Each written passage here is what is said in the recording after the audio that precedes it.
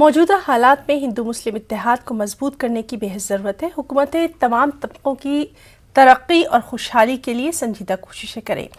बेंगलुरु में कोलाडा मठ के सरपरस्त शांतवीर महास्वामी ने ये बात कही।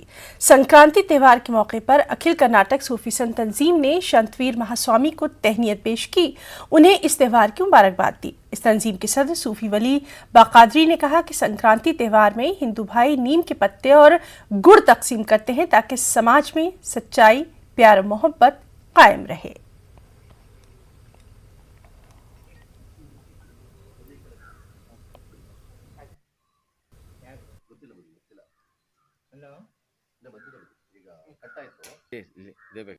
सभी जनांग का जो महापुरुष जो है, संत जो है, इधर आके ठहरते थे, भोजन लेते थे, जो प्रार्थना करते थे। सबका जीवन मोदी जो बोलता है सबका समान, सबका, ये क्या बोलने में कुछ नहीं होता है। अनुष्ठान में, कानून में लाना, हम सब एक ही है।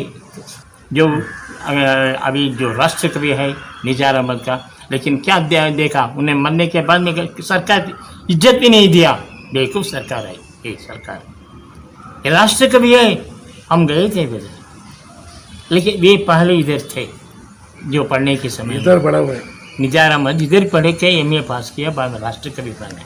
जो करीम खान जो छोड़ के आया इधर, कोई भी उनका आश्रय नहीं दिया, क्योंकि ये कन्नड़ पिक्चर बनाता है, कन्नड़ को उत्तेजन करता है करके सब लोग करीम का इधर हम आश्रय दिया, उनका किताब में आया है।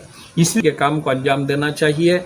आज संक्रांति जो एक त्यौहार है, आज ये संक्रांति त्यौहार के मौके पर गुड़ और नीम के पत्ते तकसीम करते ही, नीम कड़वा होता है और गुड़ मीठा होता है। जो नीम कड़वा है वो सच्चाई है, हकीकत है, यानी कि सच कड़वा रहता है, हमेशा सच को बोलना चाहिए। और गुड़ जो मीठा होता है, इससे जो है मोहब्बत बांटना चाहिए, तमाम में इंसानियत का पैगाम देना चाहिए। मारूफ